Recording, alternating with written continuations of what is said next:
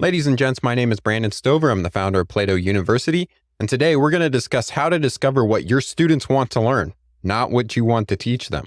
If you've seen my video about how to create a course, you know one of the very first steps to do is to go ask your students what they want to learn.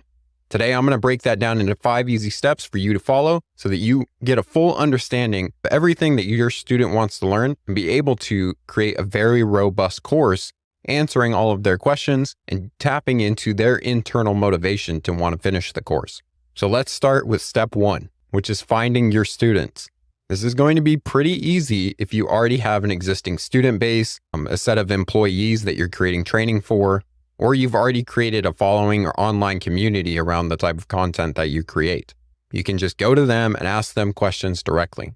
However, if this is your very first course, you may not already have a community that you can go ask them what they need to learn. Instead, you can go onto the internet and search for communities that are already congregating around the type of material or topic or subject matter that you want to teach.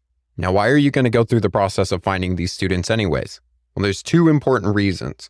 First, you're going to have an infinite well you can return to in order to source questions your students need answered, the type of things that they want and need to know. Second, these are places that you can begin building your own community so that when you're finished with your course, you actually have people you can launch it to, and you're not just sending it out into the abyss. So how do we find these people? Well, as I mentioned before, you have 2 sources. First, you have your existing community. This is going to be your student body if you're in a more academic institution. This might be your employees or volunteers if you're a for-profit or nonprofit.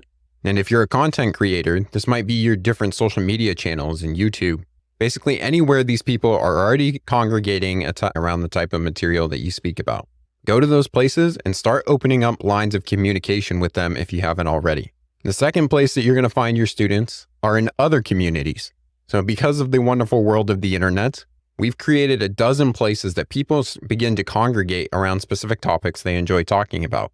First, you can go to online forums. If you just do a quick Google search around the topic that you want to teach, I guarantee you that you're going to find some sort of communities and forums that are already congregating a bunch of questions around your topic. A great place to start with this is Reddit. There's probably a Reddit community for almost about anything. You can go on Reddit, search there, and find the different communities that are meeting around your topic. You can also find these communities in social media groups. So places like Facebook have groups that build communities from people all around the world that are focusing on this specific topic. And while you're there on those social media channels, go look for content creators that are talking about the same topics that you are. Even if they're super epic topics, I guarantee that there's somebody making content around this. You can go to their social media pages or their YouTube channels and interact with the people that are in the comments of those places. The next place I would start looking for people is in other courses covering the same type of topic that you are. These courses often have communities built around them, people that have already gone through the course. So it may be worth you getting into that course and going through it yourself so that you can interact with that community, or interacting with the people that haven't started the course yet and they're congregating around different questions that novice people around that topic usually have. You can also meet these people in person. So going to places like meetup.com and finding different groups that congregate around your topic is a great way to meet people in person, as well as conferences about the things that you want to talk about. A lot of times these are going to have experts and professionals that talk about those materials, but the audience members are the ones that you're going to want to talk to because they're the ones that want to learn this material. Again, basically you're looking for anywhere where people are grouping together, more than 1 or 2 people, around this topic that you want to teach.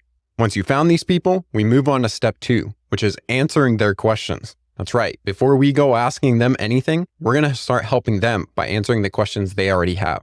So in this step, you're spending time in the communities that you found, looking through the questions that they have and answering those to the best of your ability.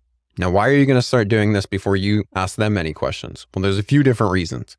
First, you gain an awareness around the needs that these particular people have, and you'll begin seeing questions that are asked over and over and over again. And that's a good signal that these questions need to be included inside of your course. And the second reason you're going to be answering other people's questions is because it's going to position you as an expert on this topic, which will lead to more people asking you questions in the future and interacting you more generally in those communities. And lastly, the big reason that you're doing this is because you're providing value to that community before you ever ask them for a favor. You've come in, you've answered a ton of questions. People see you around the community. So when you come later to ask them for a favor, maybe like taking a survey, which I'll cover here in just a moment, or launching your course to them, they're going to be more likely to want to interact with you and take action on those things. So what's the best way to go about answering these questions when you're in the community? Well, go join the communities that you found and follow whatever orientation or beginning steps that they have in that community to the maximum, to the fullest ability, to really show that, yes, you belong here and here's everything that they would want to know about you. So this might be doing introductory posts or including a bio and links to different parts of your own social media, whatever is the best way to represent yourself in that community. Then, if it's an online community, start looking through the posts that other people have made and see the type of questions that they ask. If you're able to answer that question from your expertise around the topic you want to speak to, go ahead and take the time to actually do so. When you're looking through these posts and seeing which questions to answer, think about quality versus quantity. It's way better for you to do one post that's well thought out than doing 100 posts that is just a one-sentence response. A one-sentence response is not going to help that person. So when you're writing out a response to this question, think about doing much larger responses in the thousands of words rather than in hundreds of words. By having a larger response, you get into more detail, which is going to actually help that person with their question. And as you're answering, make the response as personalized as possible to that person, but also including examples that apply to the general public, to the general readers of that forum or that online community. This way, you're showing that you understand the context of that person and your expertise applies to them, but it also applies to anybody else that may have this similar problem. Now, if it's an in-person community, try and talk to as many people as you can, asking them the type of struggles that they're having around the topic that you're all meeting about. And as they tell you about their struggles or the questions they have, try and give advice when it's applicable. Now, whether this is in person or online, as you're answering these questions, try and take notes or record them somewhere in a document and your answers to these questions. So if you're doing it online, you can directly copy the question and copy your response and put it into a document. This is going to save you time in the future because a lot of these questions get asked over and over again, and you already have a well thought out response to that you can paste to that question. Of course, always take the time to personalize it to the person asking the question. The second thing that this is going to do is allow you to start creating a question and answer bank that can be the beginning of your course outline. You can take all those questions and put it into a course outline and take your responses, and that becomes your course content. Now, if you're struggling to find these communities and interact with them, you can also use a tool called Answer the Public, which congregates all the questions that people ask around a specific topic. So if you went to Answer the Public and you typed in digital marketing, it'll give you all the questions that people have asked on the internet about digital marketing and which ones get asked most. Then you can go and create content, maybe a YouTube video around a very popular question and start to publish that, answering, the public's questions in general. However, whenever possible, I recommend doing it directly in communities because these are the people one-on-one interactions that are going to be the ones taking your course in the beginning. They're the people that know and like and trust you. So they're more likely to take action on that than a general person who just seen your YouTube video once. All right, so now you've found communities, you've started interacting and answering questions. Now it's time for you to make an ask. And we're going to move to step 3, which is running a learner survey. A learner survey is a short set of questions to uncover more of your learners' needs beyond what they've already posted somewhere else. Now, the reason that you're going to be asking your students what they want to learn is because you're an expert. You have the curse of knowledge. This is a cognitive bias where we incorrectly assume that everyone else knows as much about the topic as we do. By asking our students directly what they want to know, we avoid assumptions about what they already know or what they don't already know, allowing us to better tailor what foundational concepts we need to teach in our course. Additionally, you're probably an expert in this topic because you love learning about it. However, most people are not as nerdy about it as you are. So by asking students what they want to learn, you tap into their internal motivation, which is going to be the key to keeping them engaged in your course and succeeding with learning the material. Now, to run this learner survey, it's very easy. First thing you're going to do is write out your questions in a Word doc. I recommend keeping the amount of questions that you have as short as possible, but still gaining the amount of detail that you need, and using as many open-ended questions as possible. You want to hear the learner's needs in their own words, not in the ways that you describe them. Again, we're trying to measure their understanding, find out what they don't know, and not your understanding and what you know. So I'm going to go through a list of questions here that you could possibly use, and you'll see how most of these are open-ended, diving into what the learner wants to know.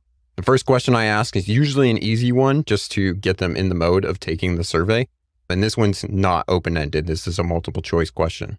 So I say, describe your level of understanding, and you can give them 3 or 4 options, something like novice, intermediate, and master, just to quickly get an understanding. Where are they? Next, we'll dive into the open-ended questions. So what do you want to know about this topic? Pretty straightforward. They're just going to list out a bunch of things that they wish to know about it. Then, what is your single biggest challenge in understanding this topic?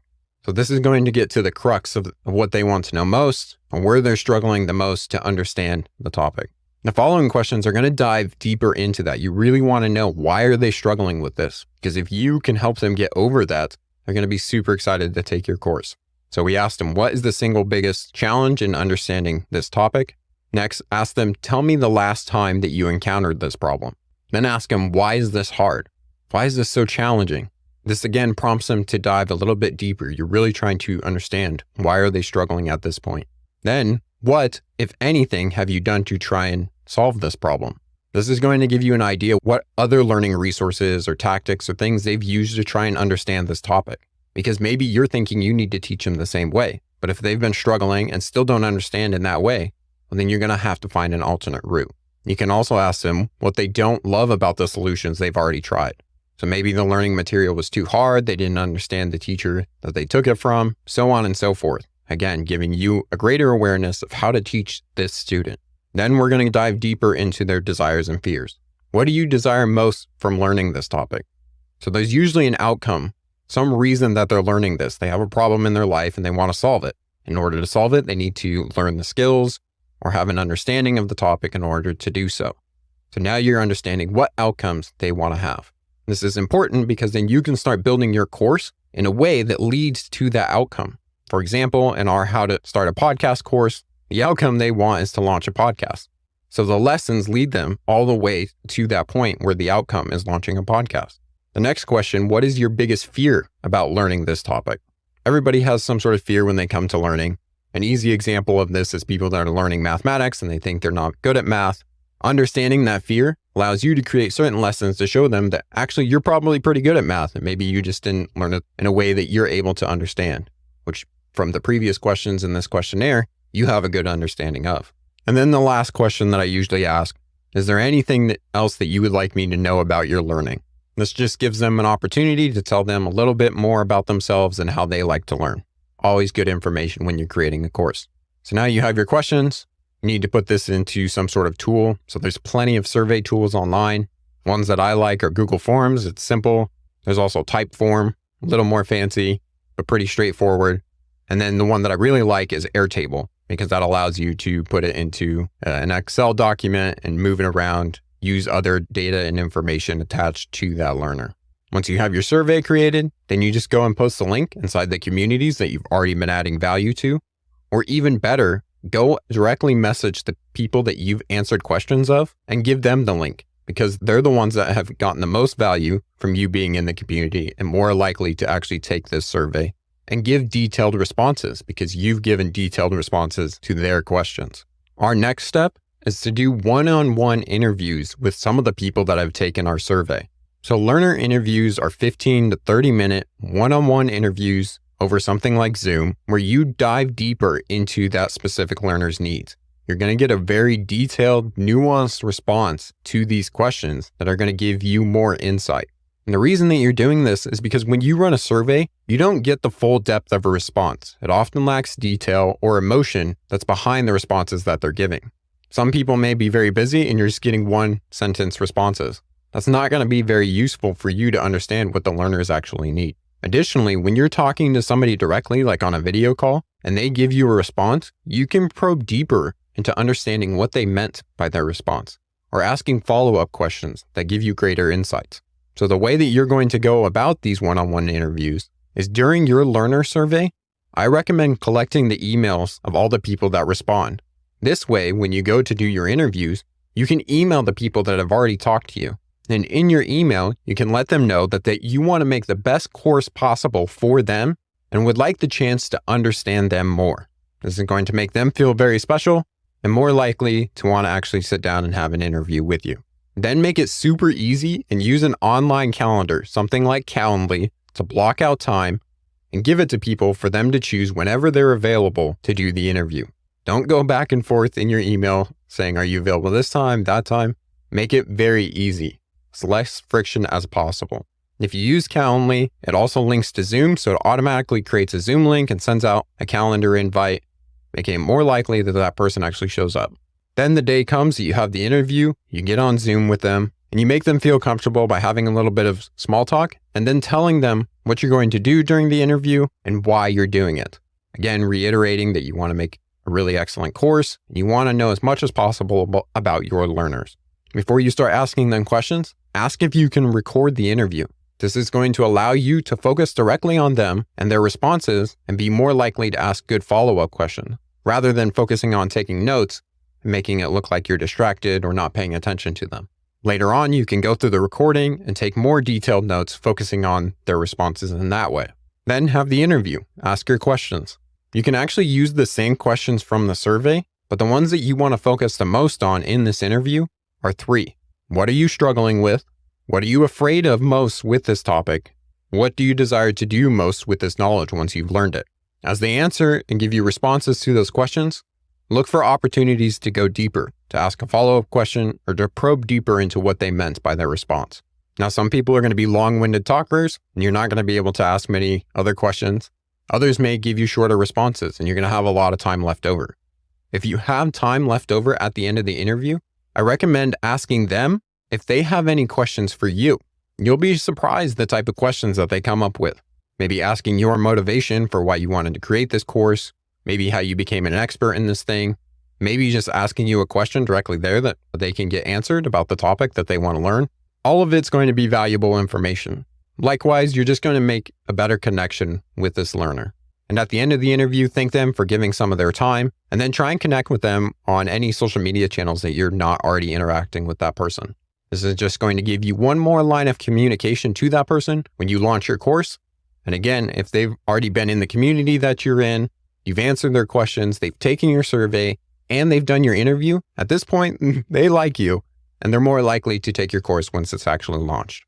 Now we move to step 5, which is where we fill in the gaps that they have in their knowledge with the foundational expertise that you have. Up to this point, you've gathered a lot of information about what your future students don't know. However, students don't know what they don't know sometimes. This is where the magic of you being an expert comes in. You can identify the gaps in their knowledge and the foundational concepts that are needed to fill those gaps. Why is this important? Well, as you're gaining insights about what students want to learn, there's probably going to be some portions of a topic that they're super excited about learning and diving into. However, as the expert, you know there's like 3 or 4 or 5 foundational concepts that come before that portion that they want to learn. And if they want to learn that portion effectively, you know that they're going to need these foundational concepts. And because you've done a lot of questions and a lot of interviews, you know there's certain points in your course that are going to be the exciting parts. Like, oh, I really want to learn this, and I really want to learn this. But as the expert, you know the foundational concepts that bridge those two. So as the expert, you're the glue between all the exciting parts. So by the time that they get to the end of the course, they're actually able to have the outcomes that they want, the things that they desired most to do with this course. You've led them every step of the way. So how do we go about filling in these gaps? Well, first, look over all the questions that you've collected and answered in your time in the communities, all the responses from your survey, and the responses that you got during your interviews. What questions are asked most often? What things are people most excited to learn? And what challenges do they have when trying to learn those things? You can take the answers to those questions and start putting them in a logical sequence that becomes the outline of your course. To understand this portion of the topic, they need to first understand this. And to understand that, they need to understand this. What is the logical sequence of steps for them to gain a full understanding? As I mentioned before, as you put those questions in a logical sequence, you're going to notice that there's some steps missing. And it becomes your job to fill in those steps with the foundational concepts that bridge those exciting parts. Now, although the benefits to you and your students is tremendous, Uncovering your learner's needs can be quite a lot of work. If you want help, I facilitate this during the discovery phase in creating a course with you. So let's schedule a free strategy call together to see if I can help you turn your wisdom into actionable education. Let's build something great together.